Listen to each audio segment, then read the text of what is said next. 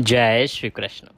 आप सभी को पुरुषोत्तम मास अधिक मास के द्वितीय दिवस की ढेरों शुभकामनाएं, दूसरे दिन की ढेरों शुभकामनाएं। आज पुरुषोत्तम मास का दूसरा दिन है और आप सुन रहे हैं पुरुषोत्तम मास महात्म्य। पुरुषोत्तम मास महात्म्य जो श्री सूत जी के द्वारा सुनाया गया, वेद व्यास जी के द्वारा जिसका वर्णन पुराण में किया गया, यह परम कल्याणकारी है। जो इसका श्रवण करता है वह भगवान की असीम कृपा प्राप्त करता है। भगवान नारायण स्वयं कहते हैं कि मासों में उन्हें पुरुषोत्तम मास सर्वप्रिय है और पुरुषोत्तम मास में किए जाने वाले पुरुषोत्तम मास स्नान, महात्म्य श्रवण, पूजन और दान उन्हें अति प्रिय है। तो इसीलिए आपको प्रतिदिन पुरुषोत्तम मास महात्म्य अवश्य श्रवण करना चाहिए। कल इसकी शुरुआत हुई, प्रथम अध्याय हमने श्रवण किया। पुराण में पुरुषोत्तम मास महात्म्य के 31 अध्याय वर्णित हैं, तो प्रतिदिन का लगभग एक अध्याय हम श्रवण करेंगे। जब अतिरिक्त अध्याय होगा तो हम आपको बता देंगे कि आज अतिरिक्त अध्याय है। आप में से जो भी भक्तगण अधिक मास स्नान कर रहे हैं, पुरुषोत्तम मास स्नान कर रहे हैं, तो उन्हें आज पुनः बता दूं कि आपको सूर्योदय से पहले स्नान करना चाहिए, क्योंकि आज तक भी हमारे पास आप में से बहुत से दर्शकों के व्हाट्सएप पर भी प्रश्न आ रहे हैं और कमेंट के माध्यम से भी पूछे जा रहे हैं। स्नान सूर्योदय से पहले करना है। दीपदान जो भी भक्त करना चाहते हैं वो सूर्योदय के समय कर सकते हैं या सूर्यास्त के समय कर सकते हैं। पीपल को जल देना है, प्रातः काल दीजिए। सूर्य देवता को जल देने का सबसे उत्तम समय होता है सूर्य उदय का समय, और उदय से 2 घंटे के अंदर अंदर आपको जल दे लेना चाहिए। अगर आप देर से देते हैं तो विधान यह है कि आपको एक पश्चाताप अर्घ अतिरिक्त देना होता है। भगवान नारायण की पूजा करके तदुपरांत जो भी आज के दान के कार्य हैं उनको करें। आइए अब हम कथा को आरंभ करेंगे। आपसे निवेदन है कि ये पुरुषोत्तम मास महात्म्य की कथा का वीडियो है तो एक बार लाइक अवश्य कर दीजिएगा, और भगवान पुरुषोत्तम की कृपा प्राप्त करने के लिए कमेंट बॉक्स में अवश्य लिखिएगा ओम नमो भगवते वासुदेवाय या ओम पुरुषोत्तमाय नमः। जितना लिखेंगे उतना कल्याण होगा। आप देख रहे हैं देवभूमि ज्योतिष संस्थान का प्रतिष्ठित यूट्यूब चैनल देवभूमि धार्मिक। यहाँ हम सभी व्रत त्योहारों की सही शास्त्रीय जानकारी प्रदान करते हैं। ज्योतिष शास्त्र और पंचांग के आधार पर आपको बताते हैं कौन सी तिथि कब है, व्रत आदि कब करना है, क्या विधि, क्या नियम और क्या गलती नहीं करनी है। चैनल पर नए हैं तो सब्सक्राइब करते जाइएगा और व्हाट्सएप पर जुड़ना न भूलिएगा। आइए अब भगवान नारायण का ध्यान करते हुए, परम पूज्य गुरुदेव के चरणों की वंदना करते हुए आज के अध्याय को आरंभ करते हैं। शांतकारं भुजगशयनं पद्मनाभं सुरेशं विश्वाधारं गगनसदृशं मेघवर्णं शुभांगं लक्ष्मीकान्तं कमलनयनं योगिर्विन्दनगम्यं वन्दे विष्णुं भवभयहरं सर्वलोकिकनाथम। बोले विष्णु भगवान की जय। गुरुर्ब्रह्मा गुरुर्विष्णु गुरुर्देव महेश्वरः गुरुर्साक्षात् परब्रह्म तस्मै श्री गुरुवे नमः। बोले परम पूज्य गुरुदेव महाराज की जय। या देवी सर्वभूतेषु मां सरस्वती रूपेण संस्थिता नमस्तस्यै नमस्तस्यै नमस्तस्यै नमो। बोलिए सरस्वती महारानी की जय। बोलिए प्रथम पूज्य गणेश जी महाराज की जय। बोलिए पुरुषोत्तम मास महात्म्य की जय। बोलिए पुरुषोत्तम मास की जय। आप सभी दर्शकों को, श्रोतागण को मेरा नमस्कार। आइए कथा को आरंभ करते हैं। कल प्रथम अध्याय में आपने श्रवण किया कि नैमिषारण्य में सभी ऋषि मुनि एकत्र हुए हैं एक भव्य यज्ञ का आयोजन करने के लिए। नैमिषारण्य वह स्थान है जहां सदा भगवान की भक्ति करने वाले भक्त एकत्रित रहते हैं। उसी अवसर पर श्री सूत जी महाराज का वहां पर आगमन होता है।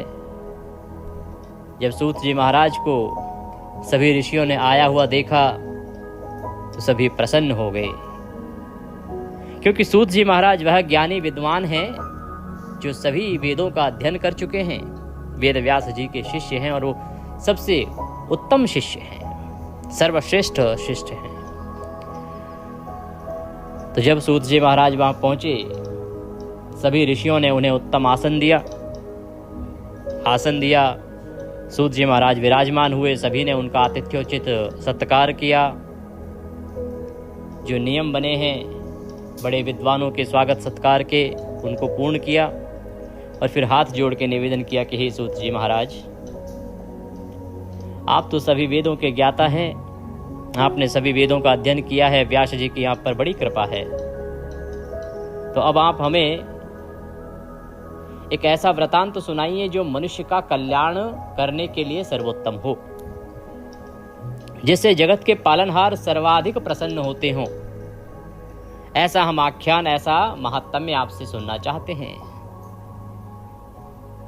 तो सूत जी महाराज ने सभी का सम्मान करते हुए उन्हें वृतांत सुनाना आरंभ किया। बताते हुए कहते हैं कि यह आख्यान, यह वृतांत जो सबका कल्याण करने वाला है, इसे वेदव्यास जी के सुपुत्र परम तेजस्वी परम विद्वान श्री सुखदेव जी महाराज के द्वारा कहा गया है। सुखदेव जी की बड़ी उत्तम कृपा हुई कि उन्होंने मुझे ये वृतांत श्रवण कराया। कहते हैं, सुखदेव जी महाराज कहते हैं कि एक बार वो उस दिव्य स्थान पर पहुँचे जहाँ परीक्षित का राज था।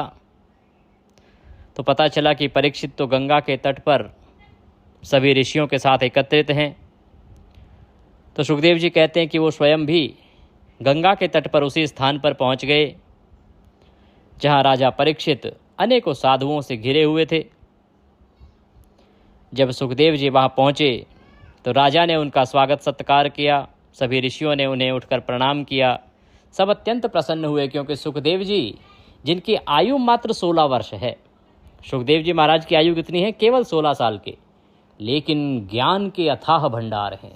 सोचिए, जिन्होंने सारे पुराण रचे उनके पुत्र हैं वो, परम तेजस्वी परम ज्ञानी भगवान के परम भक्त हैं। सभी वेद पुराण उनको कंठस्थ हैं। तो ऐसे सुखदेव जी को आया हुआ देखकर सभी ने उनका बड़ा सत्कार किया, उन्हें ऊंचे आसन पर विराजमान किया। और जब सुखदेव जी महाराज से निवेदन किया गया तो सुखदेव जी महाराज ने राजा परीक्षित को श्रीमद् भागवत की अमृतमयी कथा श्रवण कराई। उस कथा को सुनकर राजा परीक्षित को मोक्ष प्राप्त हुआ। इसके पीछे एक वृतांत है। ये घटना उस समय की है जब कलयुग का आगमन होने वाला था। तो चरित्र कुछ इस प्रकार से घटित हुआ कि राजा परीक्षित का उस समय राज्य था। राजा परीक्षित कौन है? राजा परीक्षित महाराज अर्जुन के वंशज हैं। अर्जुन के बाद की जो वंशावली है उसमें राजा परीक्षित आते हैं। पूरी पृथ्वी पर उनका राज था। उधर कलयुग का आगमन हो गया। जब युग का आगमन होता है तो संपूर्ण प्रलय नहीं होती है। इसके विषय में पहले भी कई बार मैंने वृतांत में बताया है आपको कि संपूर्ण प्रलय जिसमें सब कुछ समाप्त हो जाए, ऐसी प्रलय जो है चारों युगों के बीतने के बाद होती है। और सबसे भीषण प्रलय जिसमें सभी ब्रह्मांड लगभग समाप्त हो जाता है, वो प्रलय ब्रह्मा के जीवन के समाप्ति पर होती है, क्योंकि ब्रह्मा भी तो बदलते हैं ना। तो जब कलयुग का आगमन हुआ, कलयुग ने देखा राजा परीक्षित को, उन्होंने सोने का मुकुट पहना हुआ था, तो कलयुग समा गए उस सोने के मुकुट में, क्योंकि कलयुग को कोई स्थान नहीं मिल रहा था। कलयुग ने कहा, भगवान मैं कहाँ जाऊं? तो भगवान ने कहा कि तुम वहां रहो जहां स्वर्ण है, तुम सोने में वास करो, तुम उस स्थान पर रहो जहां अनुचित कार्य होते हैं, अधर्म के कार्य होते हैं, उन स्थानों पर रहो। तो जैसे ही कलयुग ने देखा राजा ने सोने का मुकुट पहना है, राजा शिकार खेल के जंगल में जा रहे थे राजा परीक्षित, तो कलयुग जो है उन पे सवार हो गया। और जब कलयुग सवार हुआ तो राजा परीक्षित की बुद्धि घूम गई। वह विद्वान राजा जो ब्राह्मणों का सम्मान करता था, उसने देखा कि एक ऋषि तपस्या में लीन है। उसको ऐसी उद्दंडता सूझी, उसने देखा कि पास में एक सर्प मरा पड़ा है। उसने वो मरा हुआ सांप ऋषि के गले में डाल दिया। अब ऋषि तपस्या में लीन थे, तभी ऋषि के पुत्र को सूचना हुई। वो वहाँ आया और राजा की इस उद्दंडता के कारण ऋषि ने श्राप दिया कि जिसने भी ये किया है उसको आज से 7वें रोज तक्षक डस लेगा। तक्षक कौन? तक्षक नाग है, जो श्रेष्ठ नाग कहे गए हैं उसमें बड़ा ही खतरनाक नाग है तक्षक। उसका डसना तो बहुत दूर की बात है, अगर वो एक बार फुफकार मार दे तो उसमें भी हजारों लोग मृत्यु को प्राप्त हो जाते हैं। इतना जहरीला नाग है वो। अब ऋषि ने श्राप दिया, व्यर्थ तो जा नहीं सकता, घटित तो होना ही है। जैसे ही राजा परीक्षित को पता लगा कि ऋषि ने उन्हें श्राप दे दिया है, राजा घबरा गए। उन्होंने कहा क्या किया जाए, क्योंकि अब 7वें दिन मृत्यु तो निश्चित है, बदली नहीं जा सकती। अब क्योंकि ब्राह्मण का अपमान किया है, साधारण पाप नहीं है। एक दिव्य ऋषि भगवान के परम भक्त का अपमान करना साधारण पाप नहीं है। चाहे आप कितने मर्जी श्रेष्ठ राजा क्यों ना हो, आपको दंड भुगतना पड़ता है। राजा ने सोचा कि ऐसा क्या किया जाए जिससे कि उन्हें परम धाम प्राप्त हो, क्योंकि इस अपराध के कारण उन्हें नरक में जाना पड़ेगा। उन्होंने अपने जो गुरुजन हैं उनसे निवेदन किया, तो गुरु और जो भी ब्राह्मण हैं उन्होंने कहा कि आपको गंगा के घाट पर श्रीमद् भागवत गीता का श्रवण करना चाहिए। 7 दिन में वह पूर्ण होगी और इसका आयोजन करने और उसको सुनने से आपको निश्चित रूप से परम धाम की प्राप्ति होगी, क्योंकि ये सभी पापों का नाश करने वाली है। तो इसी के निमित्त गंगा के घाट पर ये सभा जुड़ी है। इसी के निमित्त राजा परीक्षित वहां बैठे हैं। उसी समय शौनक जी वहां पहुंचते हैं और शौनक जी उन्हें श्रीमद् भागवत गीता सुनाते हैं, क्योंकि उस समय पर शौनक जी से बढ़ के और कौन विद्वान हो सकता था इस कथा का अमृतपान कराने वाला। तो सूत जी कहते हैं कि शुकदेव जी ने उन्हें श्रीमद् भागवत की अमृतमयी कथा सुनाई राजा परीक्षित को, और उस कथा को सुनकर राजा परीक्षित को मोक्ष प्राप्त हो गया। राजा के सभी पाप धुल गए। उस दिव्य दृश्य को देखकर और वहां के पुण्य वातावरण का अनुभव करके मैं यहाँ आपके सबके सामने इस यज्ञ का दर्शन करने आया हूँ।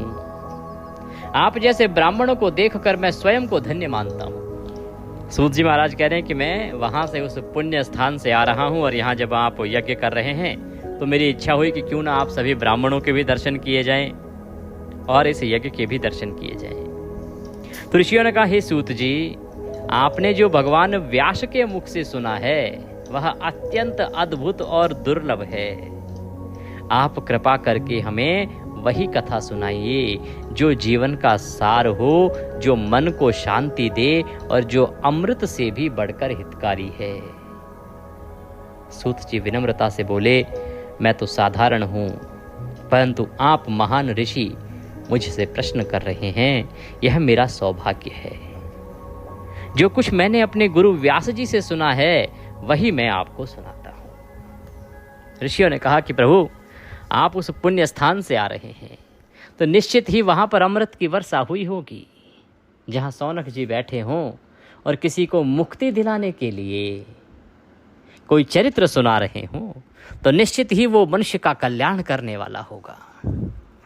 तो हे सूत जी महाराज, अब हम वही वृतांत सुनना चाहते हैं जिससे हम सबका भी कल्याण हो जाए, हमारे सभी पापों का नाश हो जाए और प्रभु की कृपा हमें प्राप्त हो जाए।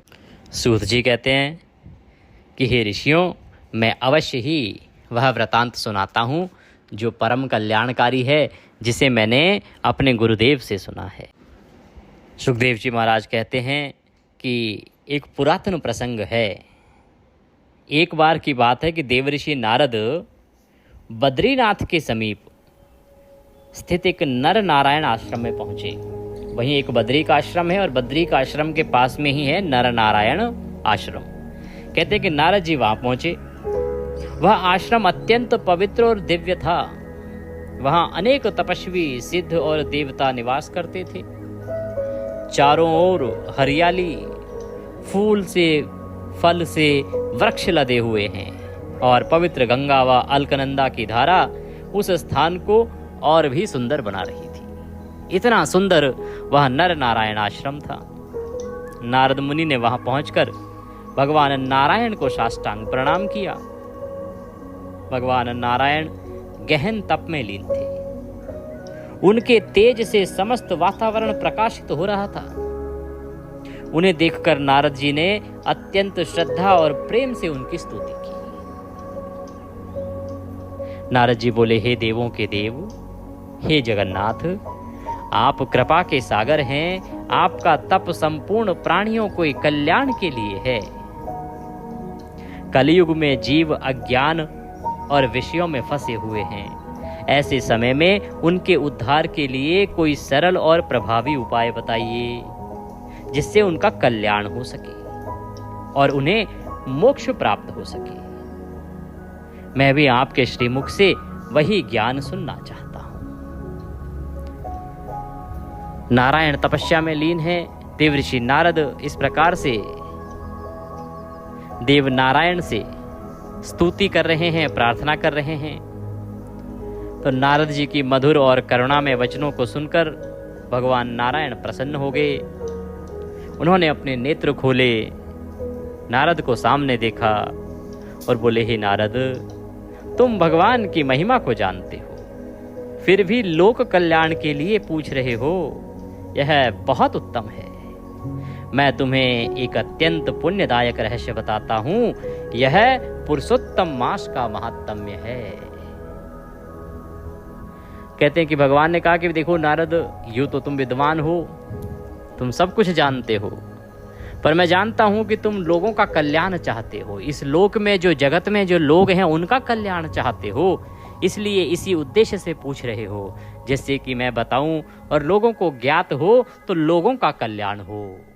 तो हे नारद, मैं तुम्हें अवश्य ही इसके निमित्त सबका कल्याण करने वाला पुरुषोत्तम मास महात्म्य सुनाता हूँ। भगवान पुरुषोत्तम कहते हैं कि यह पुरुषोत्तम मास अत्यंत पवित्र है नारद। इसके स्वामी स्वयं भगवान पुरुषोत्तम हैं। इस मास में जो भी भक्त श्रद्धा से व्रत करते हैं, जप करते हैं और दान या पूजा करते हैं, उन पर भगवान अत्यंत प्रसन्न होते हैं और उन्हें सभी कष्टों से मुक्त कर देते हैं। भगवान नारायण कहते हैं कि ये जो पुरुषोत्तम मास है, ये जनार्दन को सबसे प्रिय है। इससे प्रिय दूसरा कोई महीना नहीं है। क्या करना चाहिए इस महीने में? इस महीने में पूरे भक्ति भाव के साथ व्रत करना चाहिए। व्रत कैसे करना चाहिए? नक्त व्रत करना चाहिए। नक्त व्रत क्या होता है? वह व्रत जिसमें आहार सूर्यास्त के 2 घंटे के बाद लिया जाता है। इस प्रकार का व्रत करना चाहिए। इसके विषय में मैंने आप सभी भक्तों को पहले भी जानकारी दी थी। एक वीडियो के माध्यम से बताया था कि कैसे पुरुषोत्तम मास का जो व्रत है वो कल्याणकारी है। तो आपको नक्त व्रत करना चाहिए। ये व्रत आपका कल्याण करता है, ऐसा स्वयं भगवान नारायण कहते हैं। इसमें रात्रि काल को आहार किया जाता है। आप सुबह उठेंगे, स्नान आदि करेंगे, स्वच्छ वस्त्र धारण करके भगवान की पूजा करेंगे, प्रातः काल का महात्म्य सुनेंगे। आप में से जो भी भक्तगण हैं वो सुन ही रहे हैं। जो हमारे साथ सुबह जुड़ते हैं वो 4, साढ़े 4 बजे सुनते हैं, कोई 5 बजे, कोई 6 बजे, कोई 7 बजे, जिसका जैसा रूटीन बन जाता है, शेड्यूल बन जाता है, उस हिसाब से सुनते हैं। महात्म्य सुनेंगे, तदुपरांत दान धर्म के जो कार्य हैं उनको करेंगे। दिन भर आप भगवान के चरणों में मन को लगा के रखिए। जो दैनिक कार्य हैं, किसी को ऑफिस जाना है, ऑफिस जाएं, रोजगार पे जाना है, व्यापार देखना है, घर देखना है, बच्चे देखने, जिसका जो जो कार्य है वो उन कार्यों को करते हुए समय को व्यतीत कीजिए। सायंकाल को दीपदान कीजिए। दीपदान परम कल्याणकारी है। दीपदान कब करना चाहिए? दीपदान दोनों समय कर सकते हैं। आप प्रातः काल भी कर सकते हैं और सायंकाल को संध्या के समय भी कर सकते हैं। इसके विषय में मैंने आरंभ में भी शायद आपको बताया था। और दीपदान करने के बाद रात्रि काल को अर्थात सूर्यास्त होने के 2 घंटे बाद आपको आहार खाना चाहिए। अब सूर्यास्त का समय क्योंकि सभी शहरों में अलग अलग है प्रिय भक्तों, तो आप देखिएगा कि आपके यहाँ सूर्यास्त कब होता है। अभी लगभग 7 बजे सूर्यास्त हो रहा है हमारे दिल्ली और आसपास के प्रदेशों में। बाकी आप अपना जो भी क्षेत्र है वहाँ देख लीजिएगा। आपको ना ज्ञात हो तो हमसे व्हाट्सएप पे पूछ लीजिएगा या कमेंट के माध्यम से पूछ लीजिएगा। कथा के बीच में मैं आपको बता दूं कि आप हमारे साथ व्हाट्सएप पर अगर अभी तक नहीं जुड़े हैं तो जुड़ जाइए। अनेकों लोग इसका लाभ ले रहे हैं। लाभ इसका ये है कि वहाँ हम एक तो सीधी जानकारी आपको प्रस्तुत कर देते हैं। यूट्यूब पर कई बार आपको वीडियो ढूंढने पड़ते हैं, मिलते नहीं हैं।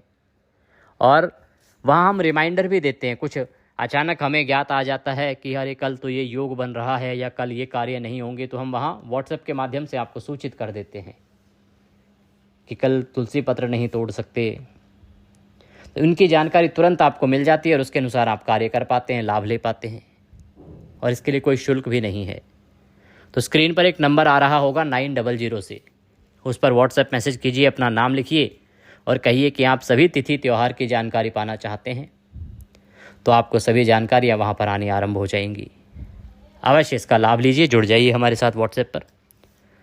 तो रात्रि काल को आपको इस व्रत को खोलना चाहिए।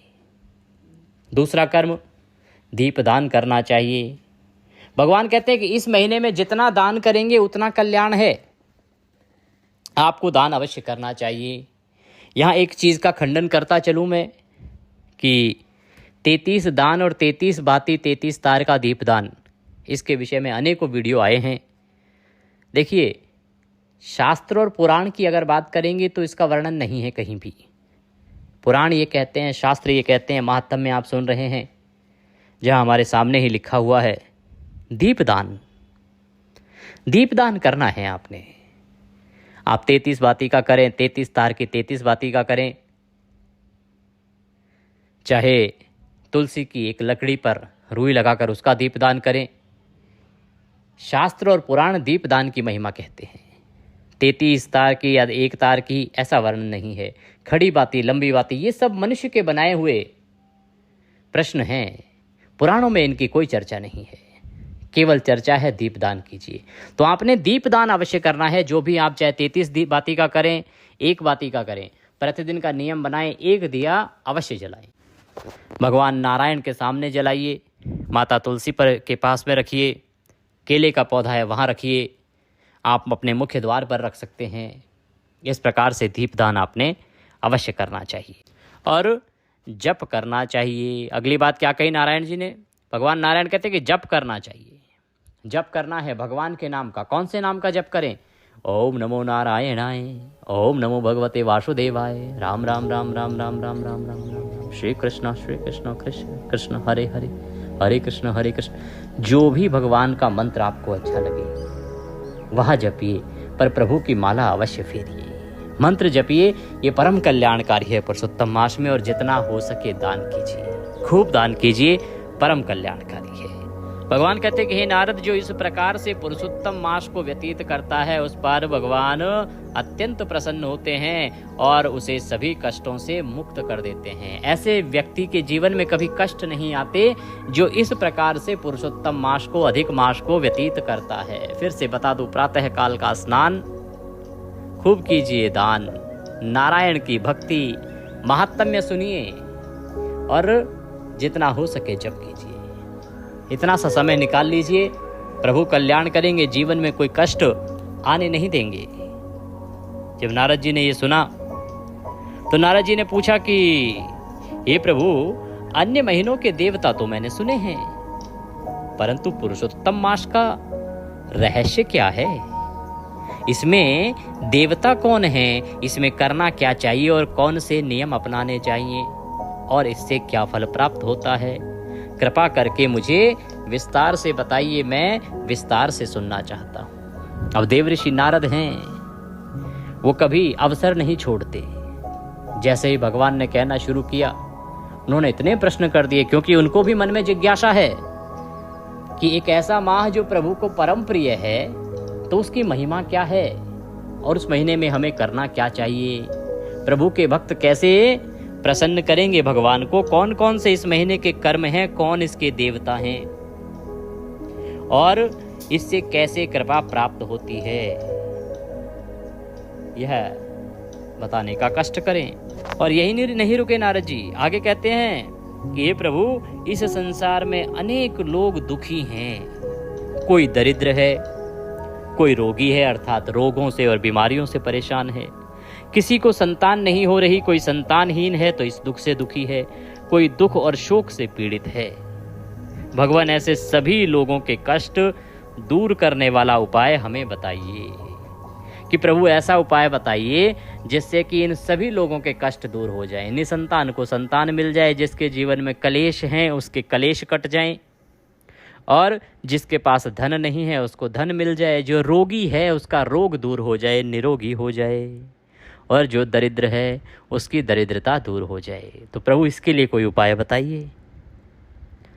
सूत जी महाराज कहते हैं कि नारद जी के इस करुणा से भरे वचन को सुनकर भगवान नारायण और गंभीर शांत स्वर में आगे की कथा कहने लगे, जिससे समस्त संसार का कल्याण हो सके। इसके बाद भगवान आगे वह कल्याणकारी वृतांत सुनाते हैं जो इस मनुष्य के कल्याण के लिए परम उपयोगी है। बोले विष्णु भगवान की जय, बोले पुरुषोत्तम भगवान की जय। इसी के साथ आज की कथा में यह अध्याय यहाँ पूर्ण होता है। कल हम इससे आगे का वृतांत सुनेंगे, जिसमें वह वर्णन आएगा जो स्वयं भगवान नारायण के द्वारा कहा गया है पुरुषोत्तम मास के बारे में। और महात्म्य का तो मतलब ही यही होता है प्रिय भक्तों, कि उस महीने की महिमा का वर्णन आए, कि उस महीने की क्या महिमा है, क्या उसमें करना चाहिए, क्या कर्म नहीं करने चाहिए, कैसे आप उसका पूरा लाभ ले सकते हैं। यही तो महात्म्य है। केवल कथाओं का आना महात्म्य नहीं होता, उस महीने की महिमा का वर्णन जो भगवान के श्रीमुख से किया जाता है तो वह महात्म्य कहलाता है और वही पुण्य देने वाला है। तो आपने इस कथा का श्रवण किया, मैं आप सभी को धन्यवाद करता हूँ। प्रतिदिन हमारे साथ जुड़िए और लोगों को भी जोड़िए। मैं इसलिए कहता हूँ क्योंकि देखिए, लोग जो हैं करना चाहते हैं धर्म कर्म, लाभ लेना चाहते हैं, पर YouTube पर बहुत सारे लोग अनुचित कथाएं सुना के महात्म्य के नाम पे निकल जाते हैं। अरे भाई, आपने तो उनको ठगा, उनकी क्या गलती थी? तो आप लोगों तक पहुंचाइए ये सही महात्म्य जो पुराणों में वर्णित है, जिससे कि लोग इसको सुने और वो भी पुण्य प्राप्त कर सके। क्योंकि महात्म्य को सुनने का ही पुण्य है, बाकी तो आप कुछ करें या ना करें, लेकिन महात्म्य यदि सुन भी लेते हैं तो उससे भी कल्याण हो जाता है। बड़े बड़े जीवों का कल्याण केवल इस महात्म्य को सुनने मात्र से हो जाता है। बड़े बड़े पापियों के पाप इस महात्म्य को सुनने मात्र से दूर हो जाते हैं। तो आप माध्यम बनिए, लोगों के पास इसको शेयर कीजिए। जो भी आपके पास माध्यम है, आप अगर YouTube पर हैं तो YouTube के माध्यम से लिंक आगे शेयर कीजिए, जिससे कि अधिक से अधिक लोग इसको सुने और प्रभु की कृपा प्राप्त करें। आज की कथा के निमित्त दक्षिणा आदि कुछ भी अर्पित करना चाहते हैं तो आपकी स्क्रीन पर QR कोड आ रहा होगा, उस पर भेज दीजिएगा। और प्रिय भक्तों, WhatsApp पर जुड़ना ना भूलिएगा। साथ ही आने वाले कुछ महत्वपूर्ण त्यौहार हैं, उनमें से एक है निर्जला एकादशी। उसकी शास्त्रीय विधि की जानकारी मैंने प्रस्तुत की है अपने चैनल पर, उसको अवश्य देखिए। आने वाले गंगा दशहरे के विषय में भी शीघ्र ही आपको जानकारी प्राप्त होगी। अब थोड़ा सा समय मेरे पास निकलेगा तो मैं अवश्य उसके लिए भी आपको एक वीडियो प्रदान करूंगा। कुछ और पूछना चाहें, कहना चाहें, कमेंट बॉक्स में लिख के पूछ सकते हैं। और आपको हमारे द्वारा दी गई जानकारी कैसी लगती है, या कथा जो सुनाई जा रही है वह कैसी लग रही है, कोई सुझाव देना चाहें तो वह भी दे सकते हैं। जो आपकी राय है वह अवश्य बताइएगा। नारायण सब पर कृपा करें। हरे कृष्ण।